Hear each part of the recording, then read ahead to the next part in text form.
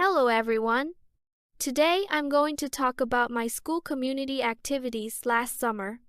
Last summer, I joined several community activities organized by my school, and they were meaningful and fun.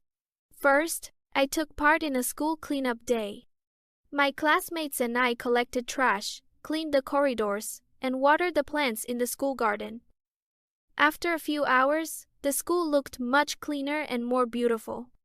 Second, I joined a volunteer reading program for younger students.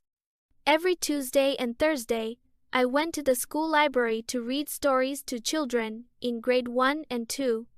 They were very excited and asked many cute questions. This activity helped me improve my communication skills and become more confident. I also joined a charity event where we prepared gift bags with notebooks, pencils, and snacks for poor students in a nearby village.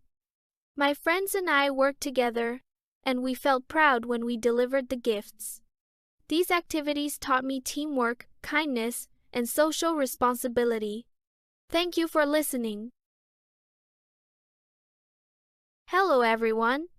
Today I'm going to talk about my school community activities last summer. Last summer, I joined several community activities organized by my school, and they were meaningful and fun. First, I took part in a school cleanup day. My classmates and I collected trash, cleaned the corridors, and watered the plants in the school garden. After a few hours, the school looked much cleaner and more beautiful. Second, I joined a volunteer reading program for younger students. Every Tuesday and Thursday, I went to the school library to read stories to children in grade 1 and 2. They were very excited and asked many cute questions.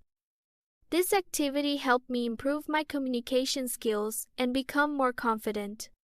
I also joined a charity event where we prepared gift bags with notebooks, pencils, and snacks for poor students in a nearby village. My friends and I worked together, and we felt proud when we delivered the gifts. These activities taught me teamwork, kindness, and social responsibility. Thank you for listening.